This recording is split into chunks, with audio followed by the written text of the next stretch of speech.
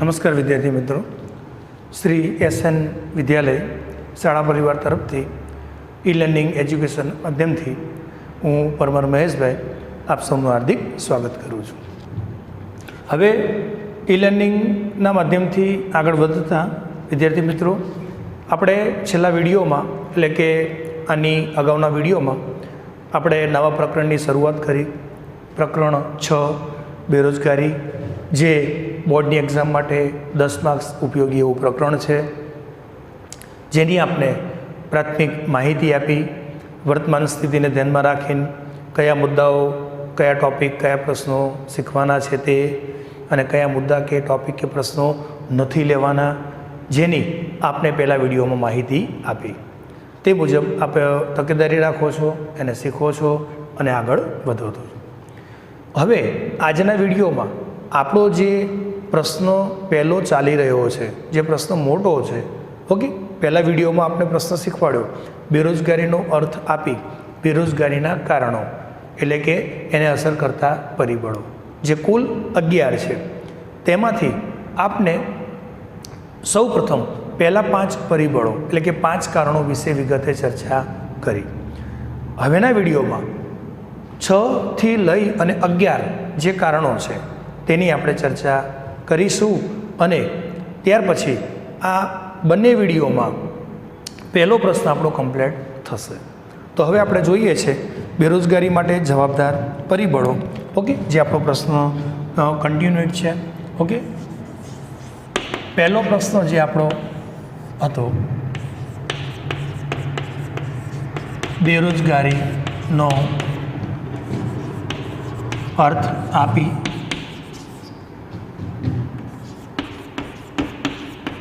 બેરોજગારી માટેના કારણો એટલે કે પરિબળોની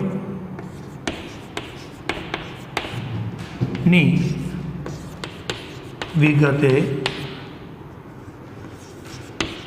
ચર્ચા કરો. ઓકે, એવો આપણો આ 5 માર્ક્સનો પ્રશ્ન છે. હવે જ્યાંથી આપણે મુદ્દા બાકી છે, બેરોજગારીના જવાબદાર પરિબળો,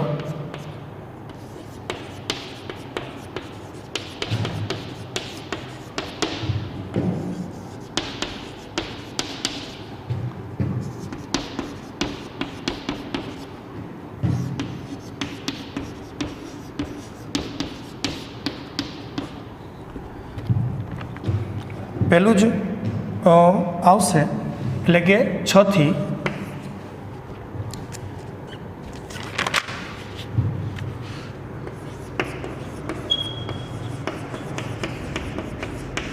માનવ શક્તિના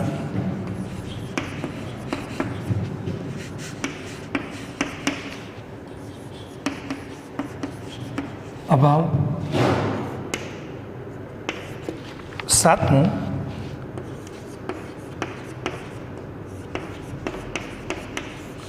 જાહેર ક્ષેત્રની બિનકાર્યક્ષમતા. 8મું,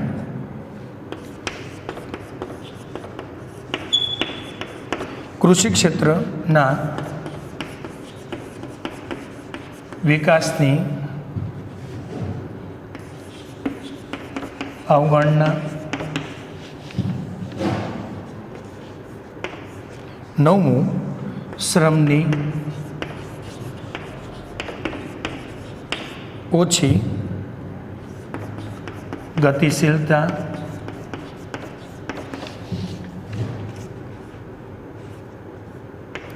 10મું, અપૂરતી માળખાગત સુવિધા. અને 11મું, અન્ય કારણો. ઓકે, હવે સૌપ્રથમ વિદ્યાર્થી મિત્રો આમાં જોઈએ છીએ 6 થી, બરાબર, બેરોજગારી માટેના જવાબદાર પરિબળો. કે બેરોજગારી માટે જવાબદાર કારણ.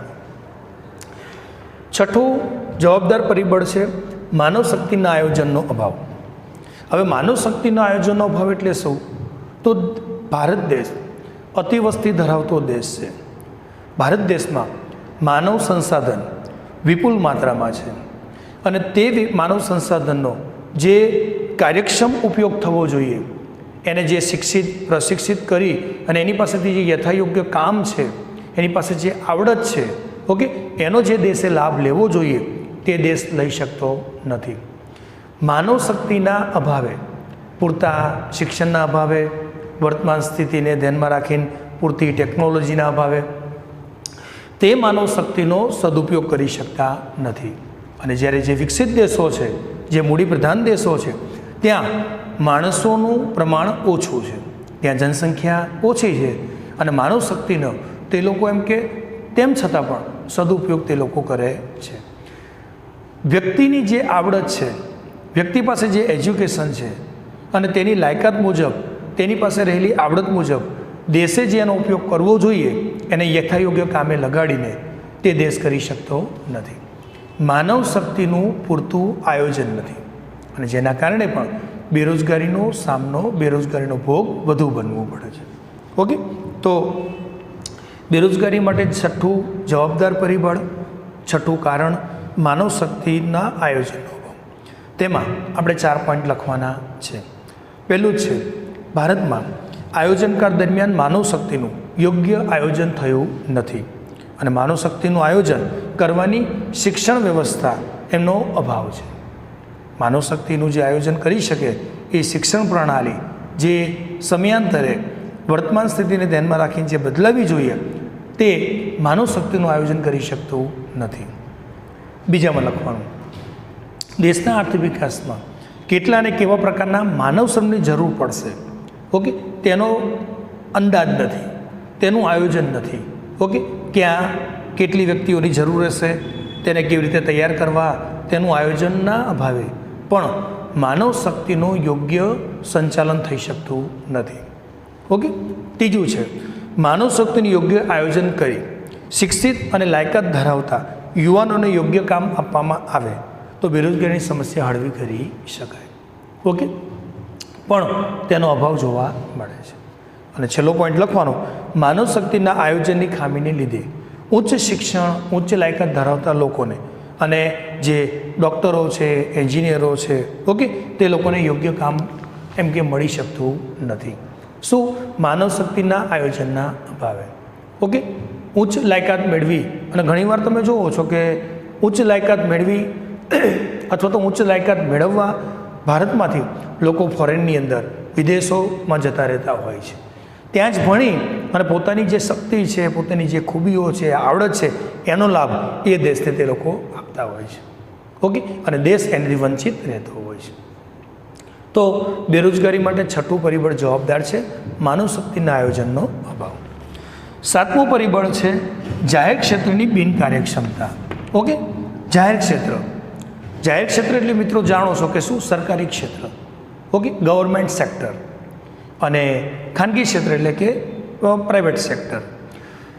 ગવર્મેન્ટ સેક્ટરમાં, સરકારી ક્ષેત્રોમાં, જેને સહકારી સંગઠન ક્ષેત્ર કહેવાય, જેમાં કામ કરતા લોકોનું પ્રમાણ ઓછું છે અને અસંગઠિત ક્ષેત્રે રોકાયેલા લોકોનું પ્રમાણ વધુ છે. જાહેર ક્ષેત્રની બિનકાર્યક્ષમતાના કારણે પણ એમ કે ઓકે આ પ્રશ્ન જોવા મળે છે. એમાં 3 પોઈન્ટ આપણે લખવાના છે. પહેલું લખવાનું, આઝાદી પછી ભારતમાં ખાનગી ક્ષેત્ર કરતાં જાહેર ક્ષેત્રના વિકાસને વધારે પ્રાધાન્યતા આપવામાં આવી છે. આઝાદી પછીના વર્ષોમાં સ્વાભાવિક છે કે ખાનગી ક્ષેત્રની તુલનાએ ગવર્મેન્ટ એમના જે સંચાલિત ક્ષેત્રો છે તેની પાછળ વધુ ધ્યાન આપે અને તેનો વિકાસ થાય તેવા પ્રયત્નો સરકાર વધુ કરતી હોય છે. બીજું, જાહેર ક્ષેત્રના એકમોની એમ કે નબળી કાર્યક્ષમતાના કારણે આવા એકમોને રોજગારી સર્જવામાં અસફળ રહ્યા છે. ઓકે, આપ જુઓ છો કે ગવર્મેન્ટ સેક્ટરમાં કામ કરતા લોકો અને પ્રાઇવેટ સેક્ટરમાં કામ કરતા લોકો, આ બંનેની કામ કરવાની રીત, એમની કાબેલિયત, એમની આવડતમાં કેટલો બધો ડિફરન્ટ હોય છે. ઓકે, એટલે ક્યારેક જાહેર ક્ષેત્રમાં એમ કે કામ કરવાની અયોગ્ય પ્રણાલીના કારણે પણ એમને માત્ર ને માત્ર ઓકે એમને એમના પગારમાં જ રસ હોય છે. એ સેક્ટર એમનું જે ડિપાર્ટમેન્ટ એ વિકસિત થશે, સારી કમાણી કરશે કે નહીં કરે તે બાબતોમાં એમને રસ ઓછો હોય છે. ક્યાં? જાહેર ક્ષેત્રમાં રોકાયેલા લોકોને. અને તેના કારણે પણ તેની બિનકાર્યક્ષમતા વધુ જોવા મળતી હોય છે. અને છેલ્લા પોઈન્ટમાં લખવાનું, જાહેર ક્ષેત્રના વિકાસ માટે ખાનગી ક્ષેત્રના વિકાસ પર અંકુશો મૂકવામાં આવ્યા છે અને પરિણામે રોજગારીની તકો ઓછી સર્જાતી હોય છે. જાહેર ક્ષેત્રનો વિકાસ થાય તે માટે સરકારે ખાનગી ક્ષેત્રો ઉપર ઘણા બધા નિયંત્રણો મૂક્યા છે. ઓકે, અને સરકારના નિયંત્રણોથી તેમાં જે રોજગારીની તકો સર્જાવી જોઈએ તે સર્જી શકાય નથી અને તેના કારણે પણ બેરોજગારીનું ઊંચું પ્રમાણ જોવા મળે છે. ઓકે, એટલે સરકારી ક્ષેત્ર પણ ઓકે એની કામગીરી, એમાં રોકાયેલા લોકોનું પ્રમાણ, ઓકે એની બિનકાર્યક્ષમતા પણ ક્યારેક ખાનગી ક્ષેત્રને વિકસવા દેતી નથી અને જેના કારણે રોજગારીની તકો ઓછી સર્જાવાથી બેરોજગારીનો પ્રશ્ન ઊભો ને ઊભો વિકટ રહે છે. ઓકે, તો 7મું કારણ યાદ રાખવાનું, જાહેર ક્ષેત્રની બિનકાર્યક્ષમતા. 8મું છે કૃષિ ક્ષેત્રના વિકાસની અવગણના. ઓકે, કૃષિ ક્ષેત્ર. હવે મિત્રો આપણે વારંવાર જેની ચર્ચા કરીએ છીએ કે ભારત એ કૃષિ પ્રધાન દેશ છે.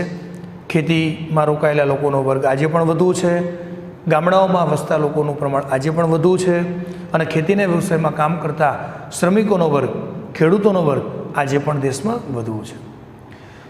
ખેતી ક્ષેત્ર પાછળ ગવર્મેન્ટે જે પણ કંઈ એની વિવિધ યોજનાઓ માટે જે ધ્યાન આપવું જોઈએ તે ક્યારેક કૃષિ ક્ષેત્ર અવગણિત બન્યું છે. કૃષિ ક્ષેત્રના વિકાસની અવગણનાને લીધે પણ તેમાં પૂરતી માત્રામાં રોજગારી સર્જી શકાતી નથી અને ભારત સરકારે આઝાદી પછી બીજી જ પંચવર્ષીય યોજનાથી જાહેર ક્ષેત્ર અને ઉદ્યોગ ક્ષેત્ર તરફ, સેવા ક્ષેત્ર તરફ વધુ ધ્યાન આપવાનું ચાલુ કર્યું છે અને ક્યારેક આ બંને ક્ષેત્રો પાછળ વધુ ધ્યાનના કારણે ખેતી ક્ષેત્ર અવગણિત થયું છે અને ભારતમાં ખેતી ક્ષેત્ર જો ડેવલપ થશે તો સ્વાભાવિક છે ઉદ્યોગ ક્ષેત્ર અને સેવા ક્ષેત્ર ડેવલપ થશે. પણ બીજી પંચવર્ષીય યોજનાથી દેશને ઝડપથી વિકાસ તરફ આગળ લઈ જવા માટે ભારત સરકારે ઉદ્યોગ ક્ષેત્ર અને સેવા ક્ષેત્ર વધુ ધ્યાન આપવાનું શરૂ કર્યું, જેના કારણે ખેતી ક્ષેત્ર અવગણિત બની છે અને જે બેરોજગારી માટે પણ એક જવાબદાર બાબત બની શકે. ઓકે, તો કૃષિ ક્ષેત્રના વિકાસની અવગણના. પહેલો મુદ્દો લખવાનો, ભારત કૃષિ પ્રધાન દેશ છે અને ગ્રામ્ય વિસ્તારોમાં એમ કે ખેતી એમ કે દેશના મોટાભાગની વસ્તીને રોજગારી અને ખેતી ક્ષેત્ર પૂરતી માત્રામાં રોજગારી આપી શકતી નથી. ઓકે, અને તેનો પૂરતો વિકાસ એમ કે થઈ શક્યો નથી સરકારની અવગણનાના કારણે. બીજા પોઈન્ટ પર લખવાનું, કૃષિ ક્ષેત્રના વિકાસને ઓછું મહત્ત્વ આપતા કૃષિ ક્ષેત્રનો યોગ્ય વિકાસ ન થઈ શકે તેથી ગ્રામીણ વિસ્તારોમાં મોસમી બેરોજગારીનું પ્રમાણ એમ કે વધુ જોવા મળે છે. ઓકે, ખેતી પાછળ સરકારની જે વિવિધ યોજનાઓ હોવી જોઈએ, ખેતી ક્ષેત્ર પાછળ જે પૂરતું ધ્યાન હોવું જોઈએ તે ન આપી શકવાના કારણે આજે મોટો વર્ગ શું થાય છે? મોસમી બેરોજગારીનો ભોગ બને છે. મેં આપને પ્રકરણની શરૂઆતમાં જ બેરોજગારીના પ્રકારો વિશે, ભારતના ગામડાઓમાં જોવા મળતી ખેતીના વ્યવસાયમાં અને ભારતના શહેરી વિસ્તારમાં જોવા મળતી બેરોજગારી વિશે આપણે ખ્યાલ આપ્યો. ખેતી ક્ષેત્રે મોસમી બેરોજગારીનું સર્જન થાય છે. ઓકે, શું મોસમ આધારિત જ કામ મળવું અને બાકીના એમ કે ચોમાસાની સિઝન દરમિયાન 4 મહિના 5 મહિના કે વધીને 6 મહિના કામ મળવું અને બાકી એટલો ને એટલો સમય કામ વગરના બેસી રહેવું. હા, પાણીના વિકલ્પો હોય, સિંચાઈ હોય, ઓકે બોર હોય, કૂવો હોય, જળ સિંચાઈ યોજના કેનાલો મારફતે પાણી આવતું હોય તો ખેડૂતો 2 સિઝન 3 સિઝન આરામથી લઈ શકે અને કામ કરી શકે. પણ હજુ જ 100% ભારતમાં એવા વિકલ્પો શક્ય નથી એટલે મોસમી બેરોજગારીનો ભોગ વધુ બનવું પડતું હોય છે. ત્રીજો પોઈન્ટ લખવાનો, કૃષિ ક્ષેત્રે આવેલ હરિયાળી ક્રાંતિનો લાભ દેશના અમુક જ રાજ્યોને મળ્યો છે અને પરિણામે રોજગારીની તકોમાં ધીમો વધારો થયો છે. ઓકે, 1968 પછી ભારતમાં જે હરિયાળી ક્રાંતિ આવી છે, ગ્રીન રિવોલ્યુશન, ખેતી ક્ષેત્રે પૂરતા બિયારણો, રાસાયણિક ખાતર, જંતુનાશક દવાઓ, યાંત્રિકીકરણ અને સિંચાઈ. ઓકે, કહેવાનો અર્થ હરિયાળી ક્રાંતિ દેશમાં ખેતી ક્ષેત્રે ક્યારે આવી શકે તો કે એને 5 વિકલ્પો પૂરા પડતા હોય. ઓકે, બિયારણો, ખાતર, યાંત્રિકીકરણ, સિંચાઈ વગેરે, જે બધા જ ખેતરોને, બધા જ રાજ્યોને તે પૂરા પડતા નથી. આજે તમે જુઓ છો ભારતમાં 50% ભાગમાં હરિયાળી ક્રાંતિ છે, ખાસ કરીને કેવા તો કે વિકસિત રાજ્યોમાં ગુજરાત, બિહાર, પંજાબ, હરિયાણા, મહારાષ્ટ્ર, ઓકે, વગેરે રાજ્યોમાં હરિયાળી ક્રાંતિ છે. અને ઉત્તર પ્રદેશ, બિહાર, ઉત્તર પ્રદેશના પશ્ચિમી ભાગમાં હરિયાળી ક્રાંતિ જોવા મળે. ઓકે, 25 થી 30% ભાગમાં. બાકી આજે મોટો ભાગ એ પણ હરિયાળી ક્રાંતિથી વંચિત છે. ઓકે, સિંચાઈની સગવડતાઓ હજુ પૂરી પહોંચી નથી. બિહાર, ઉત્તર પ્રદેશ, રાજસ્થાન અને એ ઉપરાંત છત્તીસગઢ જેવા કે ઝારખંડ જેવા ઘણા બધા પછાત રાજ્યો છે, જે દુર્ગમ વિસ્તારો છે, જે પહાડી એરિયાઓ છે, ત્યાં પાણીની હજુ પૂરતી સગવડતાઓ પહોંચી નથી. ઓકે, એટલે હરિયાળી ક્રાંતિ ભારતના બધા જ રાજ્યોમાં હજુ આવી શકી નથી, અને જે બેરોજગારી માટે એક જવાબદાર પરિબળ બની શકે. ઓકે, અને છેલ્લા પોઈન્ટમાં લખવાનું, વધતી વસ્તીનું કૃષિ ક્ષેત્ર પર ભારણ, અપૂરતી સિંચાઈની સગવડ, વરસાદની અનિયમિતતા, કૃષિ ધિરાણની અપૂરતી સગવડો વગેરે કારણોથી પ્રચંડ બેરોજગારી વ્યાપક પ્રમાણમાં જોવા મળે છે. ઓકે, ભારતમાં પ્રચંડ બેરોજગારી માટે આ જવાબદાર પરિબળો છે.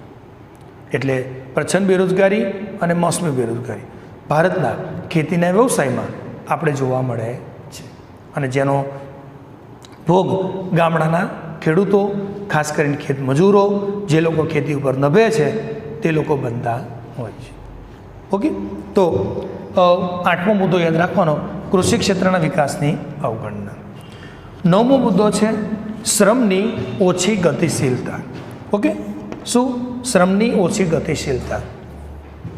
જે શ્રમિકો, ઓકે, શ્રમની ઓછી ગતિશીલતામાં મિત્રો શું લખવાનું છે? કેટલા મુદ્દા? 3 મુદ્દા લખવાના છે.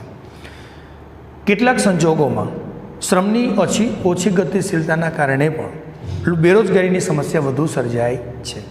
ભારતમાં ક્યારેક સામાજિક પરિબળો, કૌટુંબિક સમસ્યા, કૌટુંબિક સંબંધો, ભાષા, ધર્મ, રીતિરિવાજ, સાંસ્કૃતિક માહિતીનો અભાવ, ઓકે, વાહન વ્યવહાર અને સંદેશ વ્યવહાર અને રહેઠાણની સમસ્યા જેવી બાબતો પણ બેરોજગારી માટે જવાબદાર બને છે. ઓકે, રૂઢિગત પરંપરાગત જીવન, ઓકે, એના કારણે પણ ઘણા લોકો શું થાય છે, પોતાના વતનમાં જ પોતાના પરિવાર સાથે રહેવાનું પસંદ કરે છે. ઓકે, અન્ય દુર્ગમ વિસ્તારમાં, અન્ય ગ્રામીણ એરિયાઓમાં કે અન્ય પછાત વિસ્તારોમાં પણ કામ મળવાના વિકલ્પો છે, એ લોકોને કામ મળી શકે એમ છે, પણ છતાંય જે રૂઢિગત આપણું જે જીવન છે, પરંપરાગત જે જીવન છે, પોતાના પરિવાર સાથે જ રહેવું, ગામડામાં જે કાંઈ મજૂરી મળે તે મેળવી અને પોતાનું જીવન ગુજરાન ચાલે એવા જ એમના પ્રયત્નો હોય છે. પણ જીવન વિકાસ માટે પોતાના પરિવારને, પોતાના ગામને, એક જ પરંપરાગત વ્યવસાયને પણ ક્યારેક તજી અને એમાં ફેરફાર કરવો પડતો હોય છે. અને પોતાનું ગામ છોડીને વિકાસ અર્થે જ્યાં સારા વિકલ્પો રોજગારીના છે, જ્યાં પૂરતી માત્રામાં તમારી લાયકાત મુજબ કામ મળી શકે એમ છે, ત્યાં તમારે જવું જોઈએ. પણ આજે ભારતનો હજુ ઘણો બધો મોટો વર્ગ એવો છે, તે એ જ પરંપરાગત જીવન જીવવા માંગે છે, તેમાં કોઈ પ્રકારનું ફેરફાર કરવા માંગતા નથી. શ્રમ અને શ્રમિક તે લોકો જો પોતાના જીવનમાં પરિવર્તન લાવે, ઓકે, પોતાનું ગામ, એ પરિવાર, એ માહોલ છોડી અને બીજી જગ્યાએ કામ પસંદ કરે તો તે લોકો પ્રગતિમય બની શકે છે. પણ આજે આ બધું છોડવા માટે પોતાનું ગામ, પરિવાર ઘણો વર્ગ નથી, એ જ જીવન જીવવા માંગે છે, એટલે બેરોજગારી વધુ જોવા મળે છે. બીજો પોઈન્ટ લખવાનો, ઉચ્ચ શિક્ષણ મેળવેલી વ્યક્તિઓ ગામડાઓમાં કે પછાત વિસ્તારોમાં કામ મળતું હોવા છતાં એ લોકો જવા તૈયાર નથી. ઓકે, હમણાં કીધું ને કે પોતાનું ગામ છોડવું પડે, એક જ વ્યવસાયમાં તમારી પ્રગતિ ન થતી હોય તો તે વ્યવસાય બદલવો પડે, ઓકે, અને તમારે અન્ય વ્યવસાયોમાં જવું પડે. પણ એવું ઘણો વર્ગ કરવા તૈયાર નથી. અને ત્રીજો પોઈન્ટ લખવાનો, શહેરી જીવનના આકર્ષણો અને સુવિધાઓથી આકર્ષાયેલા લોકો રોજગારી માટે ગામડામાં જવાનું પસંદ કરતા નથી. પરિણામે શહેરી બેરોજગારીનું પ્રમાણ વધુ જોવા મળે છે. શહેરી જીવનથી આકર્ષાઈને શહેરી જીવન જીવવા માંગતા લોકો ઘણીવાર દુર્ગમ વિસ્તારોમાં, અંતરિયાળ ગામડાઓમાં સારી રોજગારીના વિકલ્પો ક્યારેક મળતા હોવા છતાં તે લોકો જવા તૈયાર થતા નથી. અને એક જ પરંપરાગત વ્યવસાયમાં ઘણીવાર શહેરોમાં પણ, મોટા શહેરોમાં આપ જુઓ છો, મુંબઈ, દિલ્હી જેવા અતિવસ્તીથી ઉભરાતા શહેરોમાં, કે ગુજરાતની અંદર આપ જુઓ છો અમદાવાદ જેવા શહેરોમાં વસ્તીનું એટલું બધું પ્રમાણ છે કે જે વર્ગ આજે પણ રોજગારી એમને લાયકાત પ્રમાણે નથી મળતી, એમની આવડત પ્રમાણે કામ નથી મળતું, તેમ છતાં ગમે તે કામ કરી ગમે તેટલી આવક મેળવી અને પોતાનું જીવન ગુજરાન મુસીબતોમાં, તકલીફોમાં ત્યાં ને ત્યાં શહેરમાં રહી અને પૂરું કરે છે. શહેરી જીવનશૈલીનું જે આકર્ષણ છે તેના કારણે પણ તે લોકો ગામડાઓમાં, પછાત વિસ્તારોમાં જ્યાં સારી રોજગારી મળી શકે તેવી સંભાવના છે, અથવા તો રોજગારી સારી મળે એવું છે, પણ તે લોકો જવા તૈયાર નથી. તો બેરોજગારી માટે અપૂરતી શ્રમની ઓછી ગતિશીલતા પણ એ જવાબદાર બને છે. અને જે 10મું કારણ છે અપૂરતી માળખાગત સુવિધા. અને મિત્રો જે 11મું કારણ છે એ માત્ર ખાલી જણાવવાનું છે, એને સમજાવવાનું નથી. બેરોજગારીના જે કારણોનું જે લિસ્ટ છે 1 થી 11, તેમાં એને આપણે જણાવીએ છીએ પણ એને સમજાવવાનું નથી. 10 સુધી જ સમજાવવાના છે. અને એમાં પણ કોઈ પણ 5 તમને બોર્ડની પરીક્ષામાં પૂછી શકે, કોઈ પણ 5 વિશે વિગતે સમજાવો એવું કહી શકે. છેલ્લા કારણની ચર્ચા કરી લઈએ, સમજાવી દઉં. અપૂરતી માળખાગત સુવિધા. બેરોજગારી માટે 10મું કારણ, બેરોજગારી માટે 10મું પરિબળ અપૂરતી માળખાગત સુવિધા. સૌપ્રથમ તો અપૂરતી માળખાગત સુવિધા એટલે શું, હું તમને સિમ્પલ રીતે પહેલાં એનો ખ્યાલ આપી દઉં. જીવન જીવવા માટે અથવા તો વ્યક્તિના વિકાસ માટે જે આવાસ છે, પૂરતી સગવડતાઓ છે, વીજળી, વાહન વ્યવહાર, સંદેશા વ્યવહાર, તાર ટપાલ, બેંક, વીમો, ઉર્જા, શિક્ષણ, સંરક્ષણ, દેશના વિકાસ માટે જે આવશ્યક બાબતો છે, વ્યક્તિના વિકાસ માટે આ બધી આવશ્યક બાબતો મહત્ત્વનો ભાગ ભજવે છે. તો આ બધી સગવડતાના અભાવે પણ વ્યક્તિ શું થાય છે, એક જગ્યાએથી બીજી જગ્યાએ રોજગારી માટે જઈ શકતા નથી. અપૂરતી આંતરમાળખાકીય સગવડો પણ, રેલવે, વાહન વ્યવહાર, સંદેશા વ્યવહાર, આ બધી જ વસ્તુઓ તેને અસર કરે છે. અને જેના કારણે જ્યાં તમારું કાયમી વસવાટ છે ત્યાં ને ત્યાં રહીને તમે રોજગારી મેળવવાના પ્રયત્નો કરો છો. પણ જીવન વિકાસ માટે, રોજગારીની સારી તકો મેળવવા માટે આપણે ક્યારેક સ્થળાંતરિત થવું પડે છે. પણ સ્થળાંતરિત થવા માંગતા લોકો ક્યારેક એ સ્થળાંતરિત થવાના અભાવે પણ, એ સ્થળાંતરિત થવા માટે તે લોકોને મળવી જે પૂરતી સગવડતાઓ જોઈએ તે ન મળી શકવાના કારણે પણ તે લોકો બેરોજગારીનો ભોગ બનતા હોય છે. માનો કોઈ એક દુર્ગમ ગામડું છે કે જ્યાં પાકા રોડ રસ્તા નથી, પાકા રોડ રસ્તા ન હોય તો પૂરતી વાહન વ્યવહારની સગવડ ન હોય, અને તે ગામના લોકો રોજગારી માટે નજીકના શહેરોમાં જઈ શકતા નથી. તો શું કોનું ઉદાહરણ થયું? અપૂરતી આંતરમાળખાકીય સુવિધાઓ, જે બેરોજગારી માટે એક જવાબદાર બાબત બનતી હોય છે. તેમાં આપણે 2 પોઈન્ટ લખવાના છે. પહેલું લખવાનું, ભારતના ગામડામાં વાહન વ્યવહાર, સારા રસ્તાઓ, શિક્ષણ, આરોગ્ય અને વીજળીની અપૂરતી સુવિધા હોવાથી ગ્રામ્ય વિસ્તારમાં રોજગારીની વધુ તકો એમ કે સર્જાતી નથી.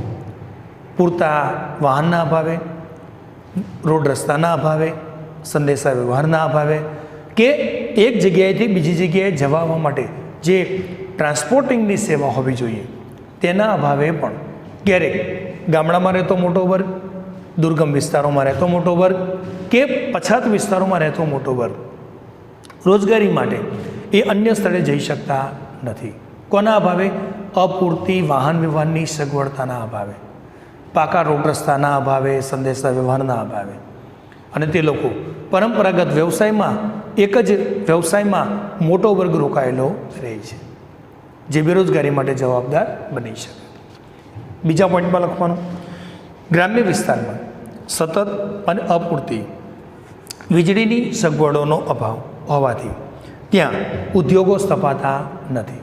તો એ તો મિત્રો આપણે જાણીએ છીએ કે વીજળીની સગવડતાનો અભાવ ગામડાઓમાં ખાસ કરીને જે વીજળીની પૂરતી સગવડતાઓ હોવી જોઈએ તે નથી, અને ક્યારેક વીજળીનું સતત આવન જાવન, વીજળી આપ જુઓ છો કે ક્યારેક પાવર કાપના અભાવે પણ અથવા તો ગામડાઓમાં ચોમાસાની ઋતુ દરમિયાન પણ પૂરતી વીજળી, નિરંતર વીજળી 24x7 24 કલાકના 7 દિવસ વીજળી પૂરી મળી શકતી નથી, અને તેના કારણે ગામડાઓના વિસ્તારોમાં પણ પૂરતી વીજળીની સગવડો નથી. એનું સતત આવન જાવન, ઓકે, વીજળી ક્યારેક બંધ થવી, એવી બાબતોના અભાવે પણ ઉદ્યોગો શરૂ કરી શકાતા નથી, નાના મોટા વ્યવસાયો શરૂ કરી શકાતા નથી, અને જેના કારણે વિકટ પ્રશ્નો જોવા મળે છે. ઓકે, એટલે અપૂરતી વીજળીના અભાવે પણ ગામડાઓમાં નાના મોટા વ્યવસાય, નાના મોટા ઉદ્યોગો એમ કંઈક શરૂ કરી શકાતા નથી. ઓકે, ગ્રામ્ય વિસ્તારમાં સતત અને અપૂરતી વીજળીની સગવડતાનો અભાવ હોવાથી એમ કે ત્યાં નવા ઉદ્યોગો સ્થપાતા નથી, અને પરિણામે નવી રોજગારીની તકો ઊભી ન થતાં બેરોજગારીની સમસ્યા વિકટ જોવા મળે છે. ઓકે, તો અપૂરતી માળખાગત સુવિધાઓના અભાવે પણ બેરોજગારીનો વિકટ પ્રશ્ન જોવા મળે છે. ઓકે, અને જે હમણાં આપણે શીખવ્યું કે અન્ય કારણો, તે બેરોજગારીના જવાબદાર કારણોમાં તેની યાદીમાં તેને આપણે માત્ર નોંધીએ છીએ, પણ એના વિશે સમજાવવાનું નથી. ઓકે, એટલે અહીંયા આપણા નવા પ્રકરણ 6નો બેરોજગારીનો પ્રકરણનો પહેલો પ્રશ્ન આ વિડીયોમાં આપણો અહીંયા પૂર્ણ થાય છે. બેરોજગારીનો અર્થ આપી બેરોજગારી માટે જવાબદાર પરિબળો અથવા તો તેને અસર કરતા પરિબળો અથવા બેરોજગારી માટે જવાબદાર કારણોની ચર્ચા કરો. તો એવો 5 માર્ક્સ ઉપયોગી આ પ્રશ્ન છે. પછી આપને નાના પ્રશ્નોમાં પણ તે પૂછી શકે, 3 માર્ક્સમાં, 2 માર્ક્સમાં, તો આપે તે જોવાનું કે કેવી રીતે તે આપણને પૂછી શકે, ઓકે, કેવી રીતે તે આપણને આપી શકે, તે મુજબ એ પ્રશ્નનો ઉત્તર આપણે લખવાનો છે. 10 પરિબળો સમજાવતો પણ પ્રશ્ન કરી શકે, અને 10 જણાવીને કોઈ પણ 5 સમજાવતો પણ પ્રશ્ન કરી શકે. એટલે આપણે તમામ પ્રકારની તૈયારીઓ રાખીએ છીએ. ઓકે, તો પ્રકરણમાં પહેલો જ પ્રશ્ન જે અગત્યનો છે, બેરોજગારીનો અર્થ આપી બેરોજગારી માટે જવાબદાર પરિબળો અથવા તો જવાબદાર કારણોની ચર્ચા કરો, તે અહીંયા સંપૂર્ણ પ્રશ્ન પૂરો થાય છે, જેને આપણે સરસ રીતે એનું રીડિંગ કરી, અભ્યાસ કરી અને તેને નોટ કરી લેવાનો છે. ઓકે, હવે પછીના વિડીયોમાં ફરી મુલાકાત થશે. નમસ્કાર.